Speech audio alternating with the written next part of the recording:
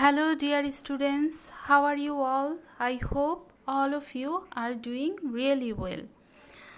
Today I am with you, Nazneen Akhtar Shanta, lecturer, Department of English, Kumilla, Ajit Guha College.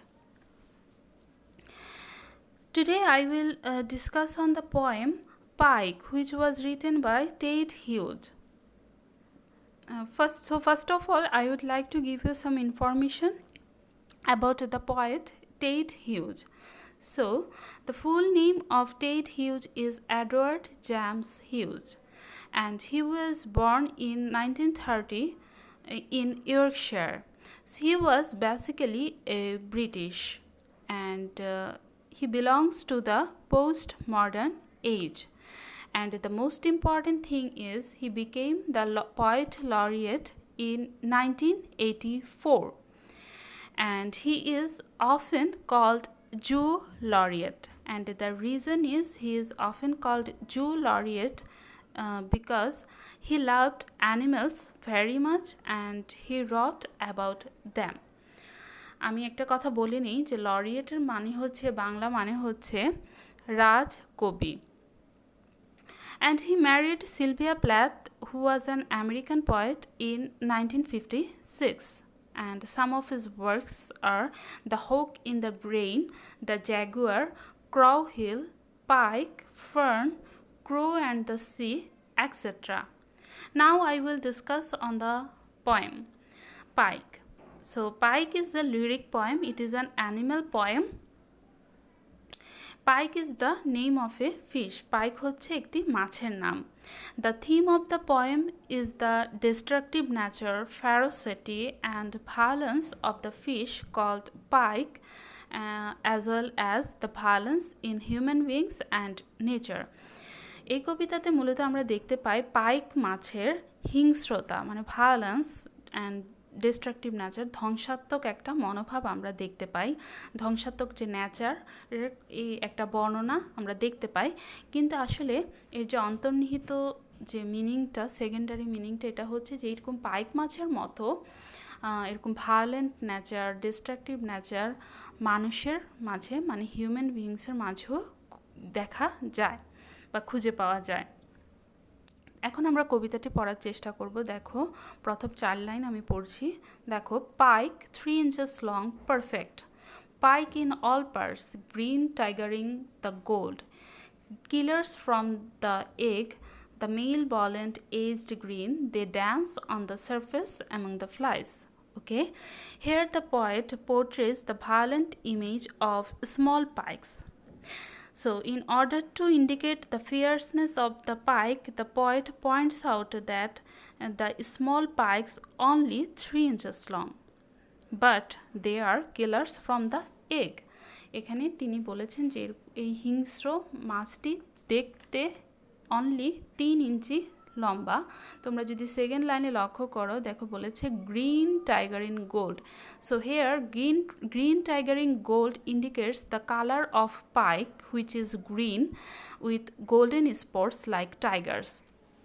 So এখানে বলেছে যে যে পাইক মাছটি, এটির উপরের অংশটি দেখতে অনেকটা টাইগারের চামড়ার মতো দেখতে। Actually here it implies that the fierceness of the tigers in pike, অর্থাৎ এখানে আসলে বোঝাতে চেয়েছে যে দেখতেও ভাগের মতো এবং হিংস্রতাও অনেকটা কিসের মতো, ভাগের মতো। So by the phrase killers from the egg we understand the inborn killing nature of the pike. So এটা দ্বারা আমরা আসলে বুঝতে পারি যে ওর যে একটা জন্ম থেকে যে একটা কিলিং নেচার, ধ্বংসাত্মক মনোভাব, এটা আসলে এই লাইনটা, এই ফ্রেজটার মাধ্যমে আমরা বুঝতে পারি। In last line he says that they dance on the surface among the flies, অর্থাৎ they are so skilled and spontaneous in their hunting of flies that they seem like dancing on the surface of water. অর্থাৎ তারা তাদের শিকারে এতটাই দক্ষ যে মনে হচ্ছে যে পানির উপর কি করছে, ডান্স করছে, নাচতেছে। So in next 2 line he says that or move stunned by their own grandeur over a bed of emerald silhouette. Okay, emerald means a bright green precious stone, একটা সবুজ পাথরের নাম হচ্ছে এমারেল্ড, বাট এখানে bed of emerald দ্বারা বোঝানো হয়েছে পুকুরকে, পন্ডকে। অর্থাৎ তোমরা যদি পুকুর দেখো, পন্ড দেখো, এটা দেখতে কীরকম, সবুজ, কারণ এর নিচে অনেক উদ্ভিদ থেকে থাকে। সো এখানে আসলে বেড অফ এমারেল্ড দ্বারা পুকুর বোঝানো হয়েছে, বিকজ এই পাইক মাছগুলো অ্যাকচুয়ালি লিভড ইন পন্ডস, ওদেরকে আসলে কোথায় দেখা যায়, পুকুরেই দেখা যায়। And silhouette means dark shape or outline or of something against light, অর্থাৎ সিলেওয়েট বলতে ছায়া বা অন্ধকার কিছু শেপকে বোঝানো হয়েছে। সেই দুই লাইনে অ্যাকচুয়ালি তিনি যেটা বোঝাতে চেয়েছেন দেখো, or move stand by their grand on grandeur, অর্থাৎ তারা এমনভাবে নড়াচড়া করে, এমনভাবে নিস্তব্ধভাবে দাঁড়িয়ে থাকে নিজের কি নিয়ে, রাজকীয়তা নিয়ে, গ্র্যান্ডিওর নিয়ে। আবার বেড অফ ইমারেল্ড কোথায়, পুকুরে। অ্যান্ড সিলেওয়েট মানে একটা ডার্ক শেপ আকার ধারণ করে। So in next two line he says, of submarine delicacy and horror, 100 feet long in their world. Okay, submarine is a kind of ship that moves underwater. So here the poet describes their carefree, spontaneous movement and terrible beauty, comparing them to the submarine. অর্থাৎ সাবমেরিনের মাধ্যমে ওদের যে একটা carefree যে দুরন্ত চলাটা, ওটা আসলে বোঝাতে চেয়েছেন। So in next 4 line, he says that in ponds under the heat-struck lily pads, gloom of their stillness, locked on the last year's black leaves watching upwards, or hung in an amber cavern of weeds. বলেছে in ponds under the heat struck lily pads, lily মানে শাপলা, pads মানে শাপলার যে নিচের যে অংশটা, ওটা বলেছে। ইন পন্ডস পুকুরে তারা কি করে, ওই শাপলার নিচের অংশটা ধরে থাকে, স্টিলনেস মানে স্তব্ধ হয়ে দাঁড়িয়ে থাকে, গ্লুম অফ দেয়ার স্টিলনেস, অথবা logged on last year's black leaves, অথবা কি করে, গত বছরের পুরনো পাতা আঁকড়ে থাকে, ধরে থাকে, ওয়াচিং আপওয়ার্ডস উপরের দিকে তাকিয়ে, or hang in an amber cavern of weeds, অথবা ঝুলে থাকে, উইডস মানে আগাছার যে ক্যাভার্ন গুহা আছে, ওই গুহগুলোকে আঁকড়ে ধরে অথবা ধরে ওরা ঝুলে থাকে। Then he says in these 4 lines that the jaws, hooked clamp and fangs not to be changed at this date, a life subdued to its instrument, the gills kneading quietly, and the pectorals. So here clamp means a fastening device used to hold objects tightly, অর্থাৎ কোনো hook জাতীয়, Jos মানে হচ্ছে চোয়াল বা মুখ, ওই মুখটাকে তিনি বলেছেন অনেকটা হুকের মতো, কিছু আঁকড়ে ধরে থাকতে পারে এরকম কিছু। ফ্যাংস মিনস টিথ, অর্থাৎ ফ্যাংস বলতে এখানে বিষ দাঁতকে বোঝানো হয়েছে। Not to be changed at this date, অর্থাৎ এটা এখন পর্যন্ত এতটা হিংস্র যে এটা এখন পর্যন্ত চেঞ্জ হয়নি, এরকম কিছু বুঝিয়েছে। তারপর বলেছে life subdued to its instrument. So life subdued to instrument means a pike's course of life is determined by the predation instrument it possesses, অর্থাৎ এখানে যে ওর যে শিকারির যে যন্ত্রগুলো, যেটা ক্ল্যাম্প, জস, ফ্যাংস, এগুলো আসলে লাইফ নিয়ে নেওয়ার মতো, অর্থাৎ কারো জীবন নিয়ে নেওয়ার মতো এরকম। The gills kneading quietly and the pectorals, অর্থাৎ গিলস বলতে এখানে বোঝানো হয়েছে, the gills means here respiratory organ of the pike, অর্থাৎ মাছের যে ফুলকো বা ফুসফুস থাকে ওটাকে বোঝানো হয়েছে। Need means expanding and constructing, মানে ফুলকোটা শ্বাস প্রশ্বাসের সাথে সাথে বাড়ছে, আবার কন্ট্রাক্টিং সংকুচিত হচ্ছে। Pectorals means chest muscle. So actually here the jaws of a pike are like hooked clamp and the teeth of a pike are very sharp.